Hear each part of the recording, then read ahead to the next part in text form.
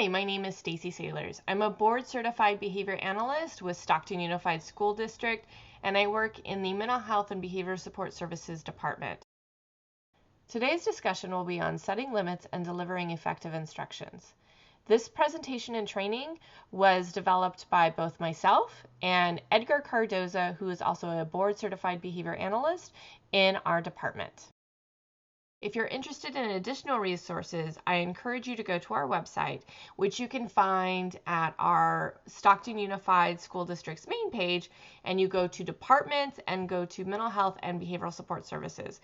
There you can find links for our student and family resources, our helpline, and our YouTube channel, which has other videos such as creating workspace, navigating our homepage, and other great sources. The format of our BCBA coffee talks will be over Zoom meetings, and all participants who join in will be muted. However, there's a chat function that we encourage all the participants to talk and to ask questions specific to their child, or some general questions about how to implement. It's a great opportunity to get some quick answers and, again, to interact with that behavior analyst on some general supports and strategies. However, if you're needing some more individualized support, we can definitely direct you to some additional supports throughout our Stockton Unified School Network, including our mental health clinicians and additional behavioral supports that your family may need. Thank you, and we hope that you enjoy our presentation. So setting limits. So setting limits with our kids means setting some boundaries for behavior, even when there's not an official household rule. Since you can't set a rule about everything, limits can help provide some general guidelines that can be used in a variety of settings. But setting limits can be really tough. Sometimes parents feel guilty about saying no, or you may want to avoid some challenging behaviors or a temper tantrum that's going to happen when a child is told no or given a limit. So today, what we're going to talk about is how to help you set some limits and what some guidelines to follow in doing this so that the limits that you're going to be setting are going to work for you and your family. So why is it important for us to set limits? Well, they're good. They're good for our kids. It teaches them some appropriate behavior and gives them opportunity to learn to kind of hone their skills and sharpen some of their skills. We encounter limits every day. In our closure and shelter in place, it's even more evident the limits that are being placed on us. And we may not like them, but we have to follow them. And so setting limits helps to set your kids up to start tolerating this in their lives. They're going to encounter it every day. And as they grow up, there's going to be more and more limits that they have to follow. It's going to help you manage their behavior at home. And it's also going to help if these limits are set and they're enforced consistently, it's going to help reduce those intensity of the challenging behaviors that occur from that. So again, like I said, since we encounter these challenging behavior or these limits in our daily lives all the time, if we engage in challenging behaviors every time that happens, we're not going to be successful in life. And our goals are to help get our kids to be independent, get them to be successful in life. So we want them to start tolerating this, and having those consistent limits not only helps them be tolerant of them, but it also helps for them to start learning how to set their own limits and therefore starting to set or manage their own behaviors and setting those limits. So it's really important. It helps them grow and it helps to manage your behavior at home. So first things first, some of the barriers that we encounter in setting limits, and setting limits can be really tough. It's that first one is that our caregivers and our partners are not always on the same page as us. So you really want to make sure that you're figuring out how to get you guys on the same page. Good communication is really important. You want to start looking at those goals and values that kind of are key to you and that is important for you. And what are these goals and values that you want in your child rearing? And make sure that you're communicating that and that everybody agrees with all those goals. And it could be from husbands, wives, to everyone who helps take care of your child, grandparents, aunts, uncles, whoever is part of that community and supporting them. We want to make sure that we're all on the same page for those goals and values. These basic values will help determine the standards of the behaviors that you're going to set for your child. When you figure out what your bottom line is and what your goals are, everything's going to be kind of clear and everything is going to fall into place after that. And that's your foundation. That's what you're going to build from. And this will also be helpful in evaluating what your limits are going to be and how and what battles, I guess, you're going to be picking, and how it's going to be shaping your limits as you continue to do this. All right. So those battles of what we're going to be picking, well, it could be really overwhelming at first to think about, okay, well, if these are my values and this is what I want to see from my child, how do I get from step A to step Z? Well, first things first, you got to decide what's most important and where are we going to start. And it could be starting with something that's actually not the most important behavior to change, but you may want to get some momentum. So you're going to start with some easier stuff first. However, if it's some dangerous things that your kids are doing that you need to set some limits on, then that's where you're going to start.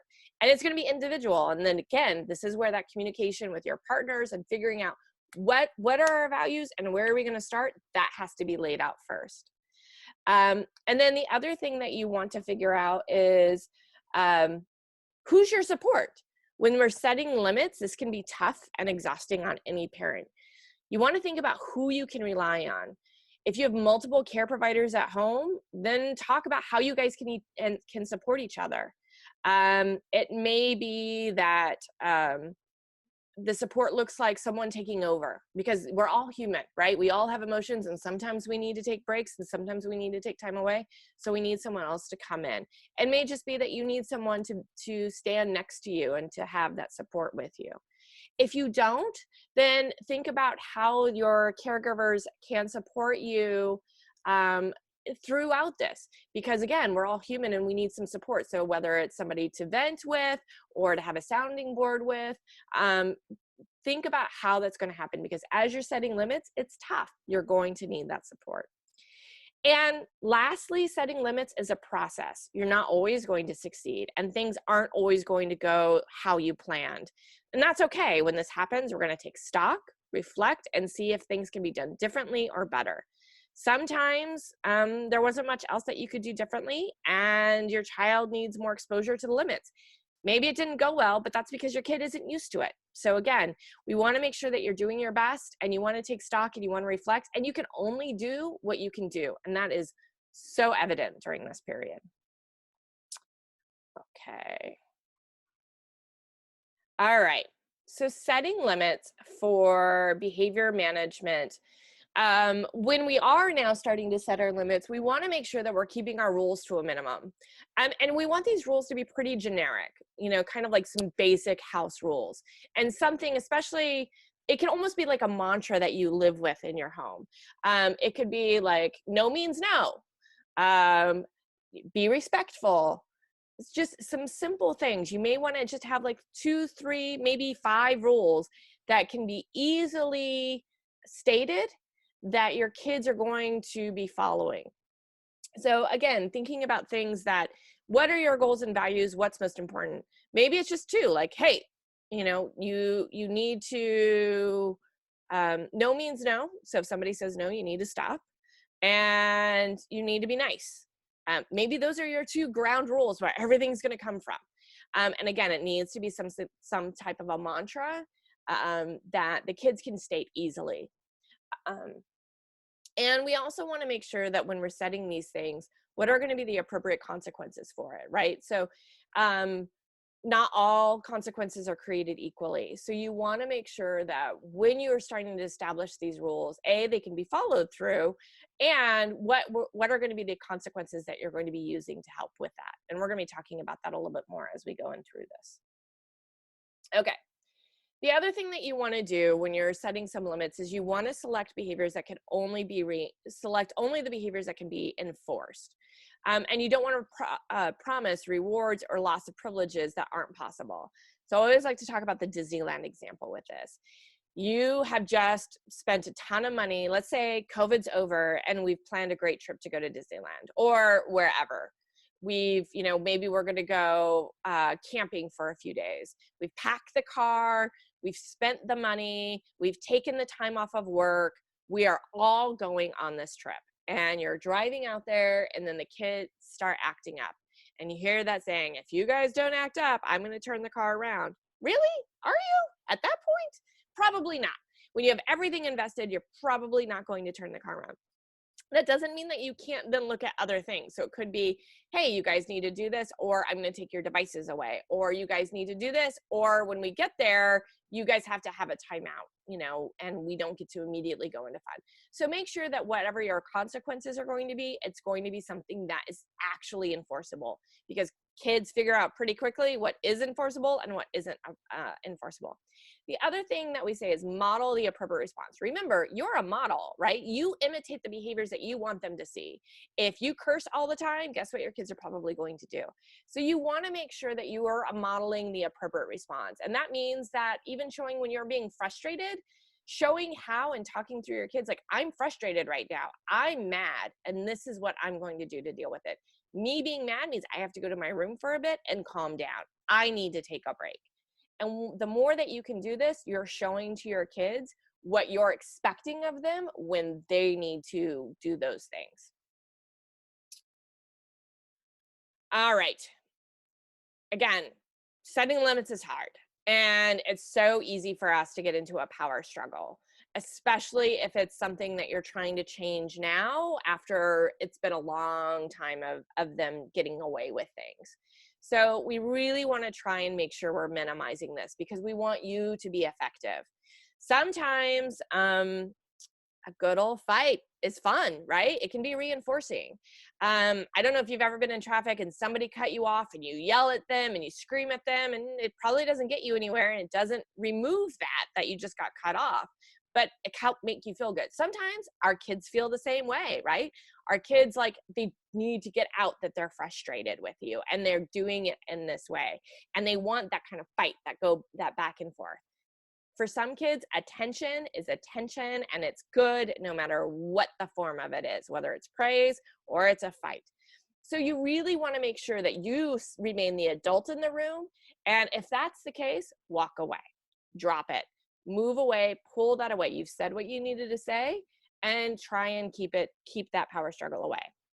The other thing for some kids is that power struggle leads to where they will just keep upping it until finally you need to give in because it's getting dangerous.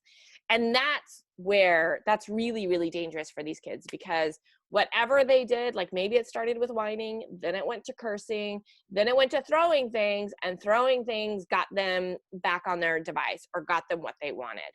Well, guess what's going to happen next time? They're not going to whine, yell, and then throw things. They're going to go straight to throwing things.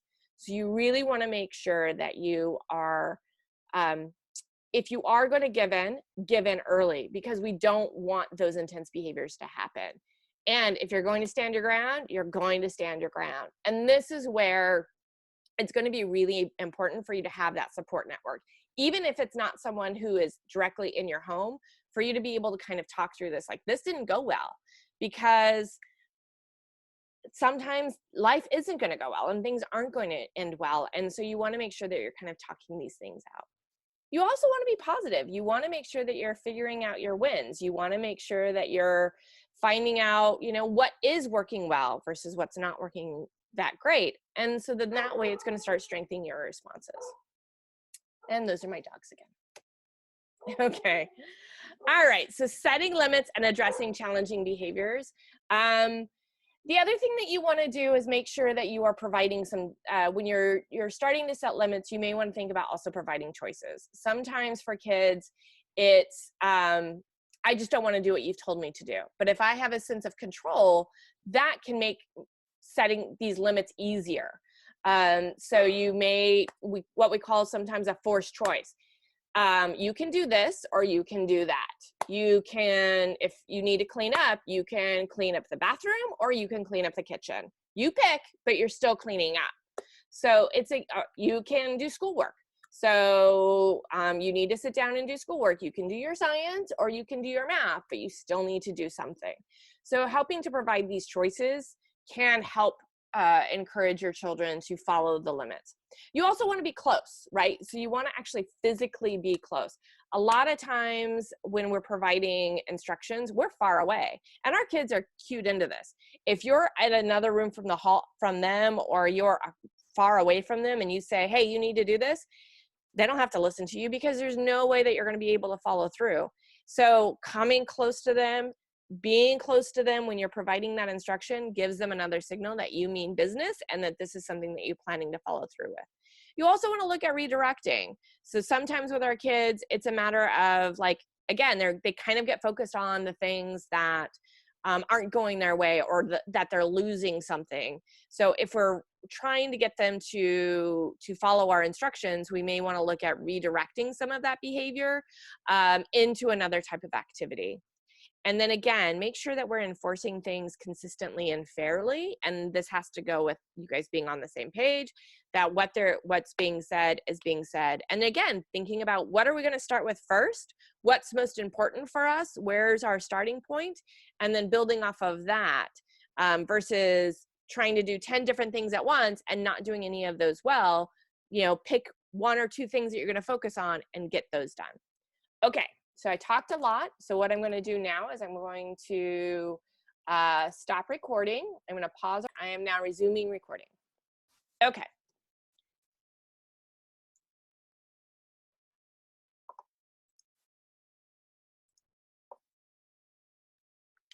So with setting some limits, we also need to be able to deliver some effective instructions. One of the most common events between parents and children involves providing instructions. I'm going to tell you what to do, right? Like this is what we do. This is 99%. I'm a parent. This is a lot of how I interact with my kid, is telling her what to do. And so how we tell them what to do matters. And that can make it for it to be something that's going to be successful versus not successful, or an effective instruction versus a not effective instruction. Again, like what I was talking about before, when we're giving our instructions, especially if they're the ones that we want to follow through and they're the ones that we mean it, we really want to make sure we're close to them. We want to make sure that we are there ready to follow through. If I'm telling my kid to stop watching TV, get off of her device and start doing schoolwork, if she's in her room and I'm yelling at her to do this from the living room, then she's likely not going to do it. And it's going to take me going into her room and getting next to her. For a lot of our kids, it's also a matter of getting to their eye level, especially for our younger ones. Get down at their level and speak to them, not at them. So they know you've got their attention and you know that they're listening. And sometimes we can also look at a gentle physical touch. That doesn't mean physically grabbing them, but it means more of like putting your hand on their shoulder. Again, all of these clues to them are telling them that this instruction is important and they need to listen.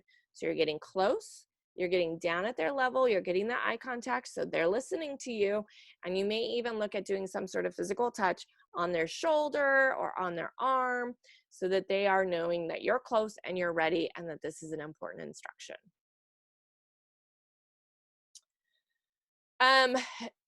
The other thing that's important, we talked about, getting that eye contact, getting getting at their level.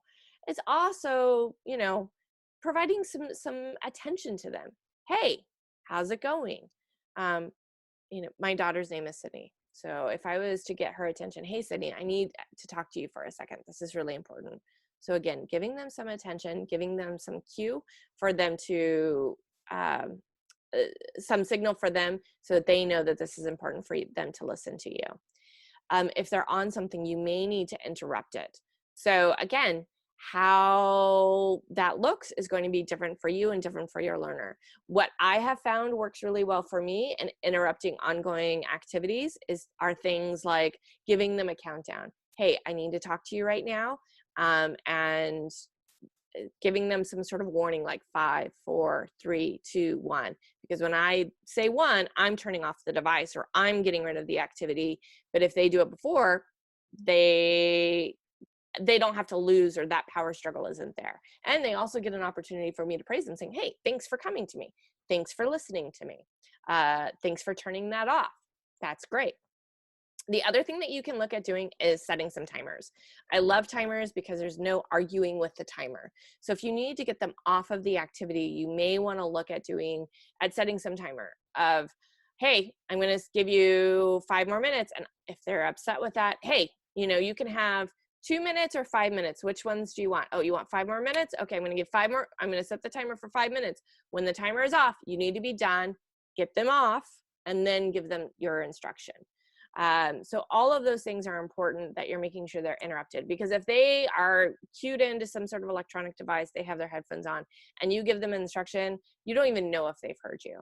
So it's important for you to do all of these steps to make sure they're listening to you, they're ready, and you have set them up to make sure that they can follow through with that instruction. Okay, once we actually give the instruction, it needs to be brief.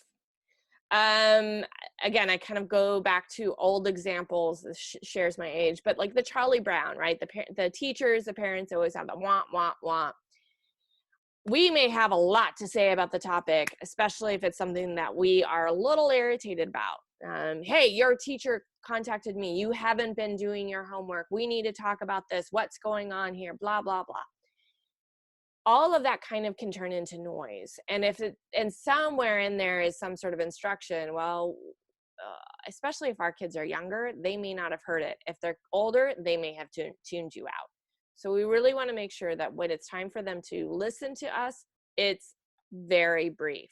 Now, if we want to have a discussion with them, let's say they're older and we want to have a discussion with them about what's going on, that's fine, but have that type of discussion. Don't embed your instruction into a lecture. You want to make sure it's very brief.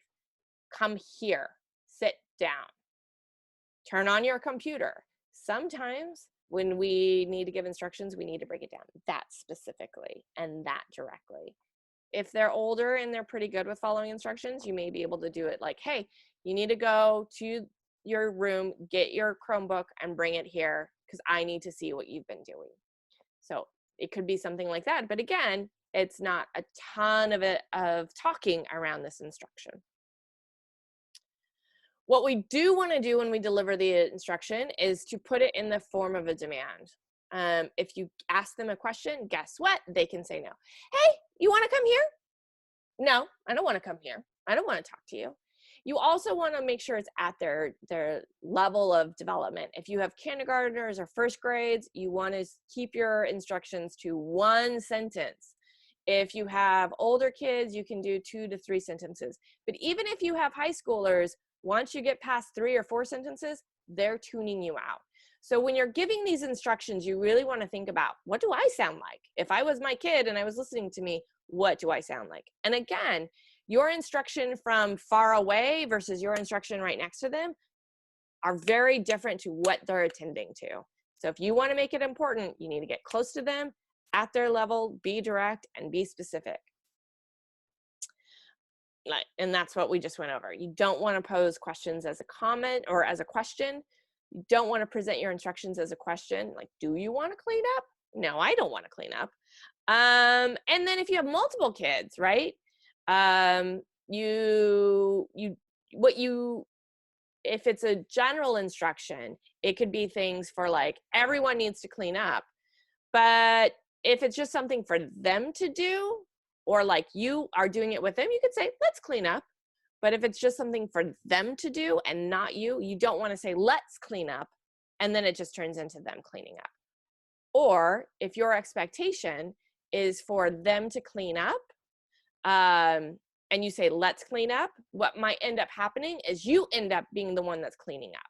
So again, kind of thinking about how you're framing this is important to set up your expectations. Okay.